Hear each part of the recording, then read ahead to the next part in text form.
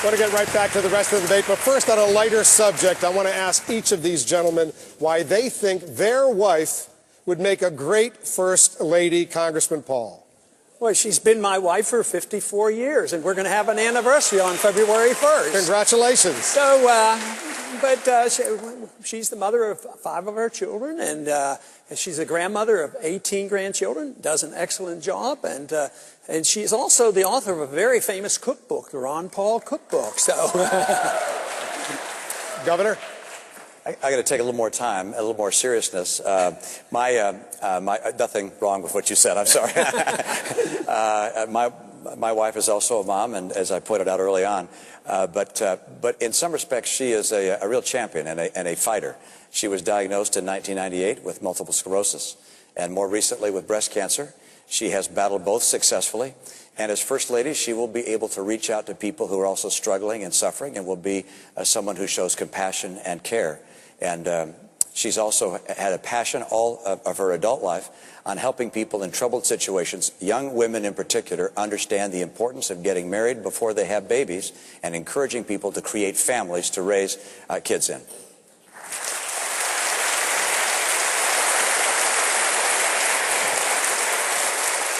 I say, first of all, having gotten to know them, I think all 3 of the wives represented here would be terrific First Ladies.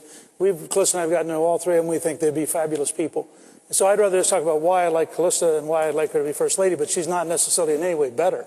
These are wonderful people, and they would be wonderful First Ladies. But Callista brings a couple things. One is a tremendous artistic focus.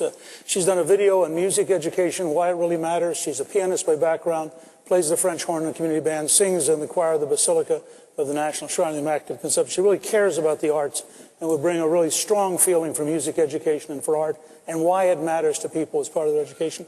She's also very patriotic about American exceptionalism. She's had a best-selling New York Times book, a children's book, and has really reached out to young people to get them to understand America. And she's helped produce and host 7 movies now, so she'd bring an entire, I think, artistic flavor. And I obviously would be thrilled to be able to hang out with her at the White House, so it'd be great. I suspect you would be.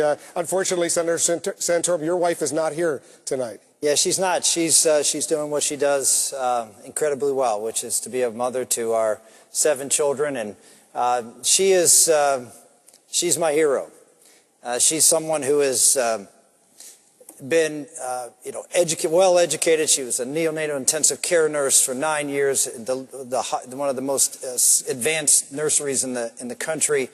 She went on to because she saw all these ethical challenges there, so she went on and got a law degree so she could deal with those in the legal world. And then when she got married, she gave that up. She walked away and walked into something that she felt called to do, which is to be a mom and to be a wife. And we've had 8 children. We are blessed to be raising 7. We've been through a lot together, losing a child, having a child with a disability that we have now, our little Bella. And the amount of love for these special kids is just palpable in her. She wrote a book about our son that we lost called Letters to Gabriel, about that ordeal that we went through. That book, that little book, has saved countless.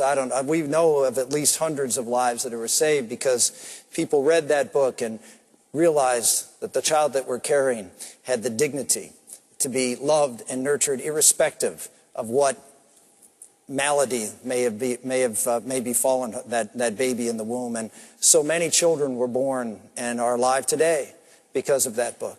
She's also written a book on manners.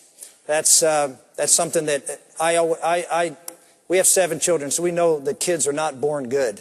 And so manners is very important in our house, and she wrote a storybook because there were all sorts of how-to books on manners, but there was no storybook teaching manners through, well, how Christ taught us, through stories. And that's what she did, and that book has hopefully somewhat civilized some children around this country. Very nice. All right, let's get back to the debate now.